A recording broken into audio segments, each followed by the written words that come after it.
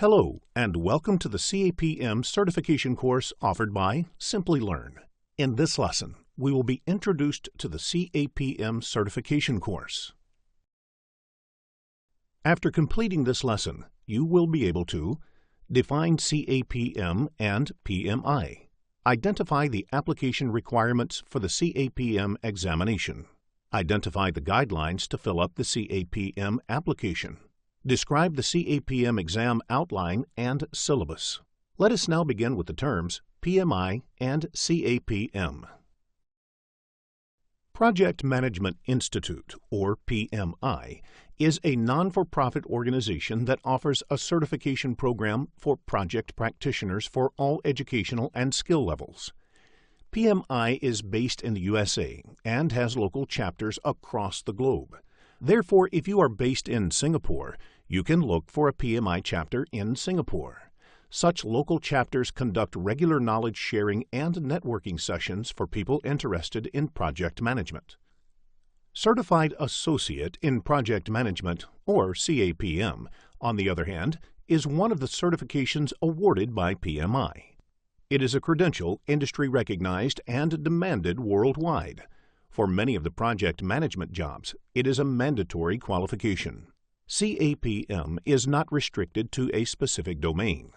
A project manager working in any industry, be it manufacturing, retail, defense, or information technology, can write the CAPM exam and, upon successful completion, can be a CAPM certified professional. To sum up, PMI is an organization and CAPM is a credential. PMI therefore writes and supervises the CAPM examinations. A CAPM credential is valid for 5 years. After the completion of this 3-year period, it can be renewed. PMI measures project management experience in the units of PDU. PDU means Professional Development Unit. You can acquire PDUs in many ways.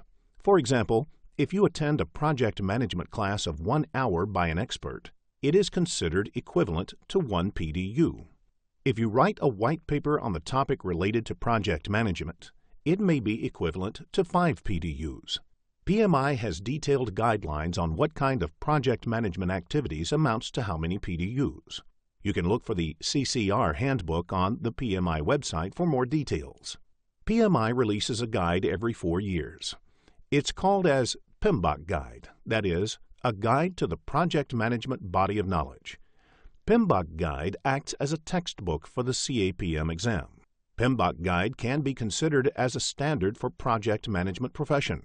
In the next screen, we will look into the application requirements for the CAPM exam.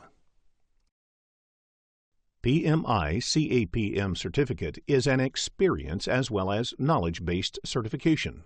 This means certain prerequisites are to be met in order to be able to apply for this certification. The prerequisites depend upon a person's formal education. As shown in the table, a professional needs to have at least 1,500 hours of project management experience, along with a secondary diploma, high school diploma, or global equivalent. A professional whose highest formal education is a high school degree will require 23 hours of formal project management education. Lastly, one also has to submit details of having attended 35 hours of project management training just before writing the CAPM exam. REP stands for Registered Education Provider. PMI REP Training Institute means these training companies are registered with PMI as a registered education provider. These provide 35 PM Contact Hour Certificate if you attend their 35-hour training program. Their certificate can be used as a proof to be submitted to PMI. Applications can be submitted online. Once the exam fee is paid, PMI sends an authorization letter. Many companies are PMI REP and provide project management training. Simplilearn is one of them. PMI randomly audits some applications from time to time. In the event of the application being selected for audit, clear instructions will be given on the evidence that has to be physically submitted to PMI. Follow the instructions and send the evidence before authorization is given to proceed. Examination must be written within a year of receiving the authorization letter. If you need more information on PMI, you can visit their website www.pmi.org. Let us focus on CAPM exam process in the next screen. CAPM exam covers 150 questions, out of which 15 questions are considered as pre-test questions used for future tests and are not scored. You will not be communicated about these questions. They might be any random pick. Therefore, you should answer all 150 questions with the same seriousness.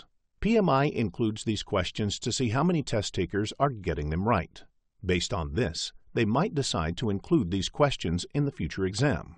It is similar to a survey conducted by PMI.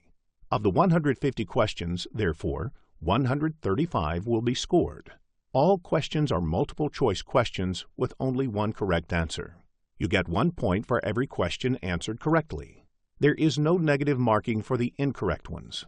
You may also mark a question for review and revisit it at the end if unsure then. However, you should attempt all the 150 questions in the given time. PMI grades students on each of the 5 process groups, and based on the grading, they declare CAPM pass or fail. The grades are not disclosed to everyone, rather a rating is given. They are below proficient, proficient, and moderately proficient in each of the 5 process groups. The percentage of questions from each of these aspects is listed on the table. CAPM exam is conducted for 3 hours. There is 1 point for every right question. There are no penalties for wrong answers. The result, pass or fail, is determined by a combination of these grades. How many grades or number of points one has to score to pass the CAPM exam is not made public by PMI. The questions in the CAPM exam are related to various aspects of project management. These aspects are project initiation, planning, executing, monitoring and controlling, and closing. We call these aspects as process groups. For more details, please refer to the CAPM examination content outline on the PMI website. Let us next discuss the CAPM exam syllabus. There are 5 process groups, 10 knowledge areas, and 47 project management processes. To understand the syllabus, you need to understand the following terms: process groups, knowledge areas, and processes. Let us first discuss process group. The project management discipline is divided into 5 broad process groups. When a new project starts, it is first in the project initiation phase, moving to planning phase, then to execution, followed by monitoring and controlling, and finally, it is closed. Project execution and monitoring and controlling processes go hand in hand. Therefore, when a new project is initiated, all processes of Project Initiation Process Group should be applied to the project. Similarly, when the project is being closed, all processes of Project Closing Group should be applied. For instance, Identify Risks is a process of Project Planning Group. So, when the project is in planning phase, you must identify all the risks of the project. Next, let us see what knowledge area is. As per PMBOK guide, there are 10 knowledge areas. A knowledge area is a set of specific processes performed to meet a project objective. Let us now consider processes. There are 47 processes. These processes might be accomplished in the project planning process group and a few others in project monitoring and controlling process group. For example, develop schedule, one of the processes, is a part of the planning process group and the project time management knowledge area. Likewise, in human resource management knowledge area, develop human resource plan process is in the project planning group, and manage project team process is in the project execution group. Let us take an overview of the lessons of this tutorial. We have 14 lessons in total. This is the first lesson, which is an introduction to the CAPM certification. Lesson 2, Project Management Framework, aims to explain what project and project management is all about. It can be considered as an introduction to the project management. Lesson 3, that is, Project Management Processes Groups, aims to explain the 5 project management process groups. The 10 knowledge areas are covered in Lesson 4 to Lesson 13. Each lesson is dedicated to each of these 10 areas. Lesson 14 revises the same processes from a process group perspective. This will help clarify the sequence in which some of the activities are carried out and understand these processes more holistically. Once you are through with these 14 lessons, you can go ahead and take our online practice tests. Thank you and happy learning!